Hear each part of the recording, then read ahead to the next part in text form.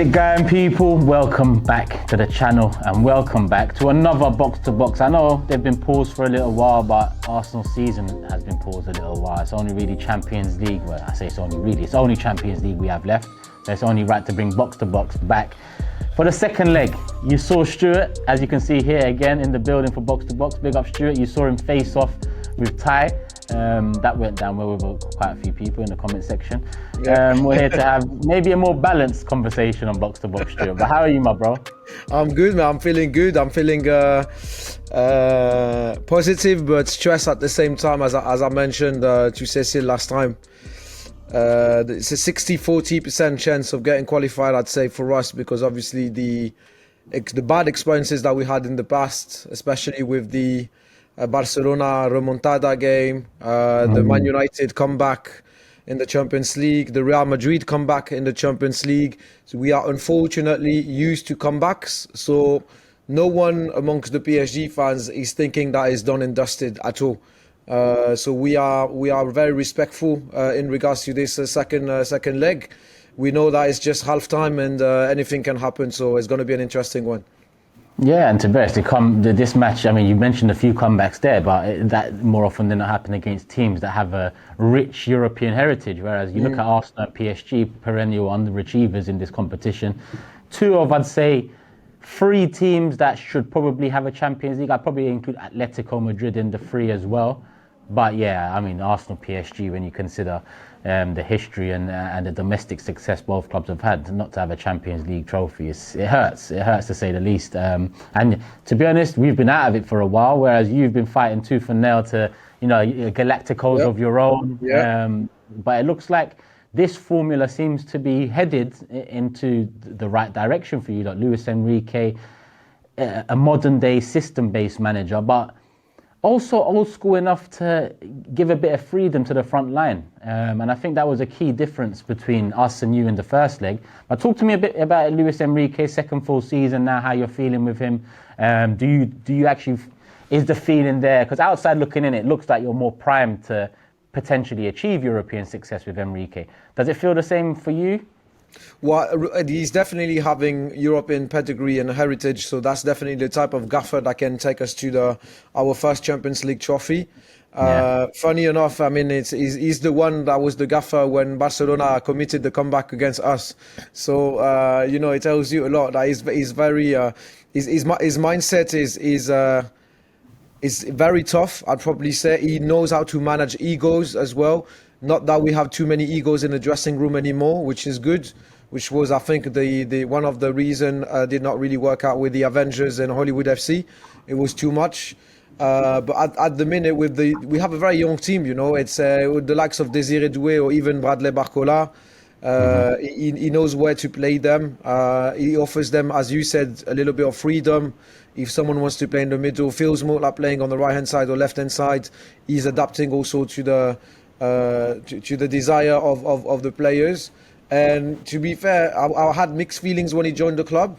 One of the reasons is also because he was the gaffer that bullied us when he was at Barcelona. But we have to say he's one of the best gaffer we ever had for the past, I'd say probably 10 years. Unfortunately, we did not manage to win the Invincibles. Remember, guys, the video with Ty was recorded because before the game against Nice, so I was so into purchasing this invincible target, but unfortunately we lost over the weekend as well against Strasbourg. We played the youngsters. It's already 2 games in the league that we lost, Nice and Strasbourg. Even if Luis Enrique played the youngsters, you guys lost over the weekend as well. We lost because we so focused on that semi-final, like we don't really care about losing, isn't it? But you guys, it's a different story because the Premier League is very important for you. But we won the French league, so now it's all in on the semi-finals against you guys. How did you feel like off the back of maybe not straight away, but talk to me now about looking back at that first leg. Do you feel like, because Arsenal had enough chances to get back in the game. There were, I think Martinelli 2 chances should be scoring at least one. There's the Trossard chance as well.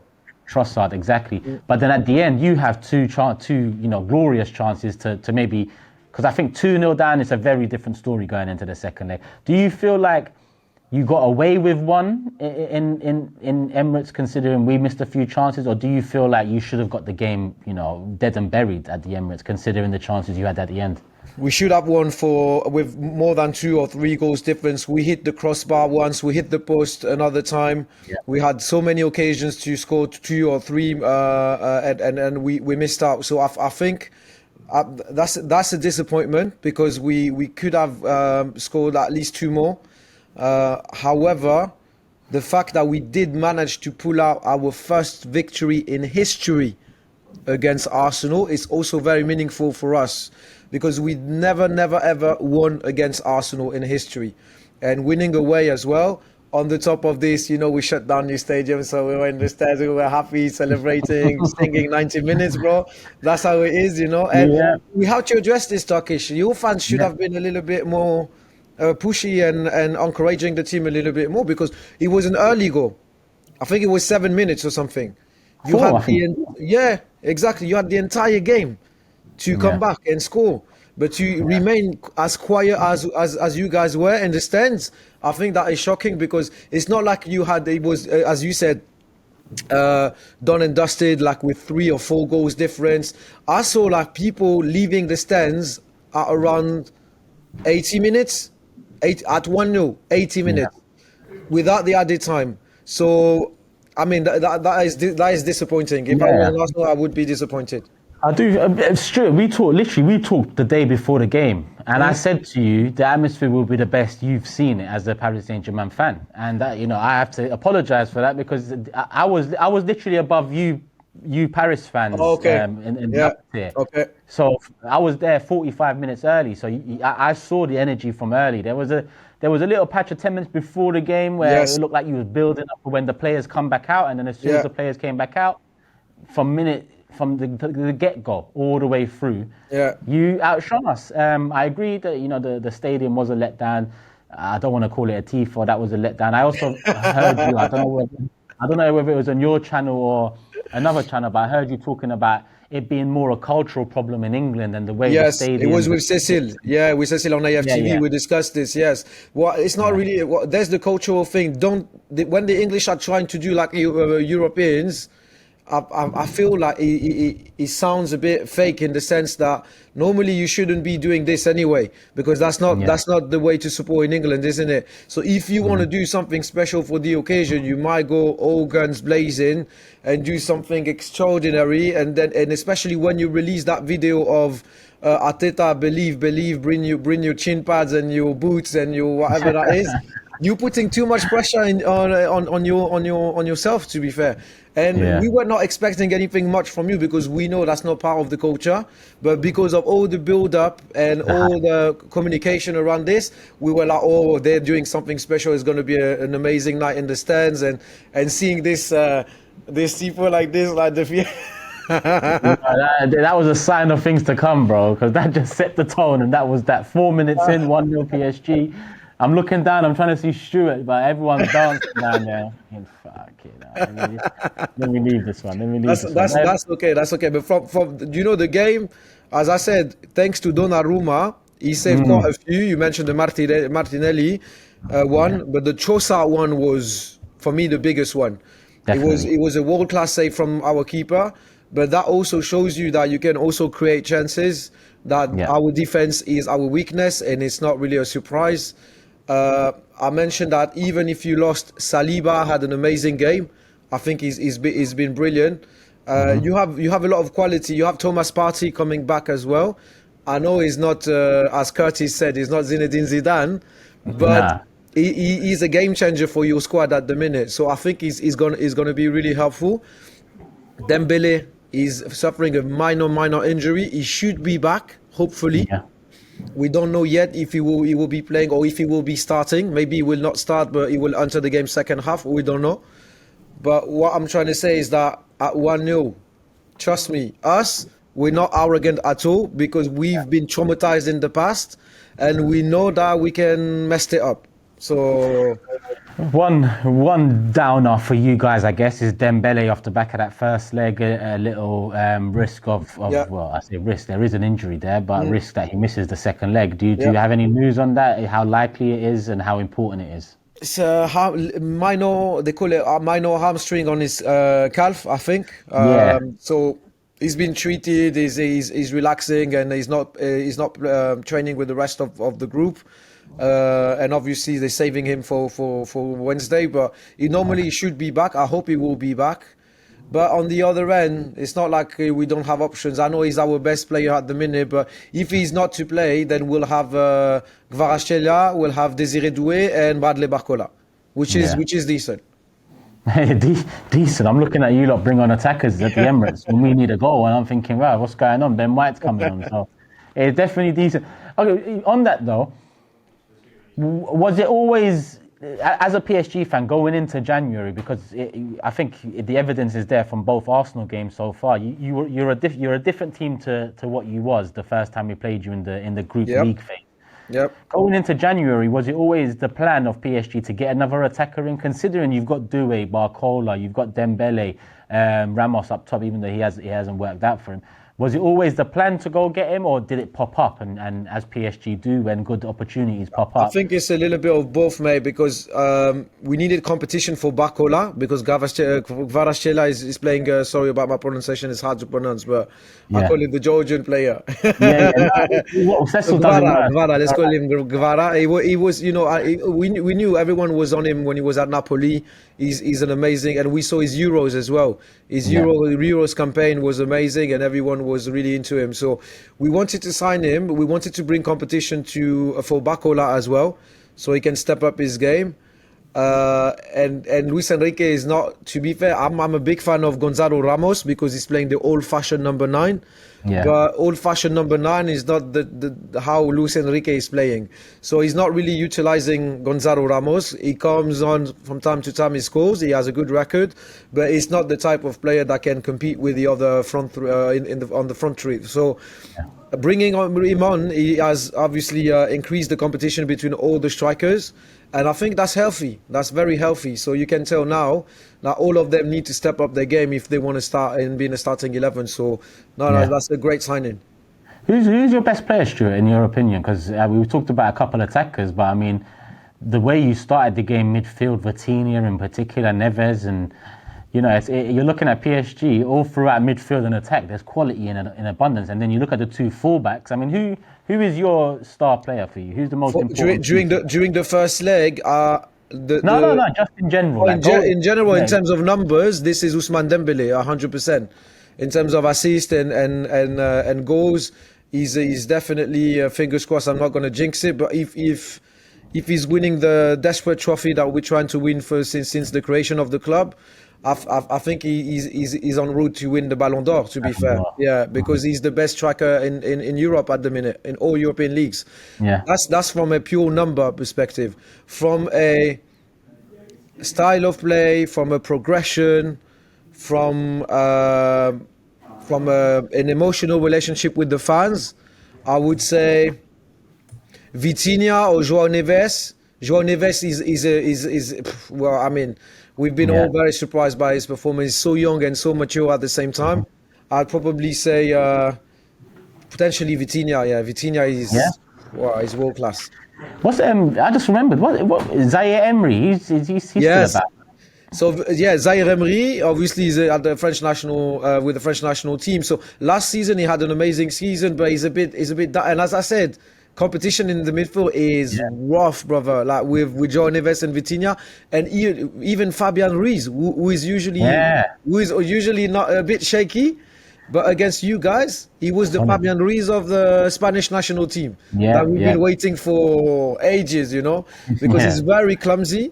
He's, in my opinion, we don't really know if he's a midfielder, if he's a striker, if he's a defender. He's a bit of a weird player, in my opinion. He cost us many goals. His finishing is very poor. We don't really know what he's bringing to the team, apart from creating spaces. And he's doing the dirty work, kinda. But against you guys, Fabian Ruiz, he was elite. He was really good. He was. I forgot to mention him with Vitinha and Neves as well, because he was actually key to that as well. Arsenal, who's one player that if you can keep them quiet for the 90 minutes, who would that one player be? I hope your Italian player is not going to be back. What's his name? He's on the side of Barcola. Uh, Oh, yeah, Calafiori. Yes. yeah. Is he going to be back? No, no, no, no. Okay, when we faced you guys in October, to me he was a threat. He pocket Bacola. He was everywhere. Technically, he's amazing. I think that's an amazing player, and thank God he's not playing again. I would say Saka tried a few things, but I don't know what happened with Saka during that first leg. But he's been silenced on the top of maybe not being at his top level. He's been silenced on the side as well. I would say. I would say Trossard is a threat, mate. I'm Yeah. sorry, but Trossard is not the type of player that is really skillful or anything, but he's so efficient. His vision of the game is amazing. I would say yeah, I would say I keep an eye on Trossard. So would you, if Marino starts up top, you'd be happy? Yeah, yeah, 100%. I don't think you know what? The disallowed goal is more. Oh, the main threat is the set pieces. Wow, that's my answer. Of course, yeah, yeah. So the set piece did everything for him for the goal, right? You work this, and everyone knows that when there's a set piece for Arsenal, this is very dangerous for all the teams everywhere. So the player itself is not really a threat. It's more like the set piece that made it happen. The fact that you're very good with this. So I would go with Trossard. I keep my choice, Trossard. Yeah. Nice, nice. All right, well, we're at that stage now. Stuart, PSG are the home team. I'm going to let you know my prediction's been no comment all week. So I'm going to stick to no Yeah? comment in my prediction. No comment. Can you do like a little percentage? Like 50-50, 60-40, 70-30? 30, 70. Okay. 70 chance PSG. That's high. 70 PSG. It's high. With I mean, one goal difference is nothing, huh? 100%. 100. I think 30% is a good chance. I think 30%. And yeah, PSG, good side, great manager. I think it's a good chance. First goal is important, obviously. Yeah. It becomes a 50-50 if we get it. If you get it, it becomes a 10-90. So, I wouldn't be scared if you guys are scoring first, because we showed them at many occasions during the season that when we are conceding first, we show a little bit of character. We know how to come back comparing to the previous season. So plus we have the home advantage. Plus the stands will be on fire. yeah. So even if we score, you guys score first, we're not gonna let go. We're gonna push until the very last second. So I wouldn't be too worried about that. But we have the home advantage, and the home advantage is a real home advantage. Yeah. And you'll see it by yourself very Yeah, soon. yeah. I'll be there, yeah. It's very good to have the second leg at home comparing to the previous face-off. So Yeah. let's see how it goes. But me, I'm going 60-40. 60% PSG, 40% Arsenal. Do you have a prediction? I think it will be a tight game. We're not going to park the bus because we don't know how to do that. We're not going to. That's not the style of play of Luis Enrique. I would say, I think it will be a tight win. A tight win or potentially a draw. I think it will be a 2-1 PSG, or could be a boring game like a 0-0, where we try to control the score. Yeah. And you guys are, you know what? 2-1 PSG. 2-1 PSG. 2-1 PSG, okay. And that'll be 3-1 and you'll be over there, Champions League final. Okay. All right, Stuart, that's predictions done. Let them know where they can find you if they don't know already, because they should know. Parisian Londoner, not Parisian Gunnar. I saw it too many times on the channel, man. This is because of Robbie, bro. Last time he was doing the post-match interview in front of the Emirates, and there was an AFTV, I don't remember his name, sorry for this, but an AFTV guy is like, yeah, you saw it the other day when Stuart, Parisian Gunnar, was speaking, talking with Ty. And I thought, what the I remember that. It's caught on since. Yeah, it's because of Robbie now. Parisian Londoner. You can find me on all socials: Insta, YouTube, Twitch, Twitter as well. Obviously, we do have an audio pod on Spotify as well, and we try to, born and raised Parisian, supporting our local club. No glory hunters. Explaining that we also won a European trophy back in the days, '96. Everyone calling us plastic fans, plastic club. Come, watch the content. You'll see. Go on, show him some love, people. Parisian Londoner, as he confirmed. YouTube, Instagram, TikTok, X, all of that, people. Go show him some love. Thank you. Stuart, pleasure as always to talk. Always. We'll talk after the game again anyway. 100%. Thanks for having me. I won't wish you luck, but hit the like button, people. Let us know your thoughts in the comment section below and give us your predictions. Love for the love. Go show Parisian Londoner Stuart some love. Hit the like button on the way out. Peace.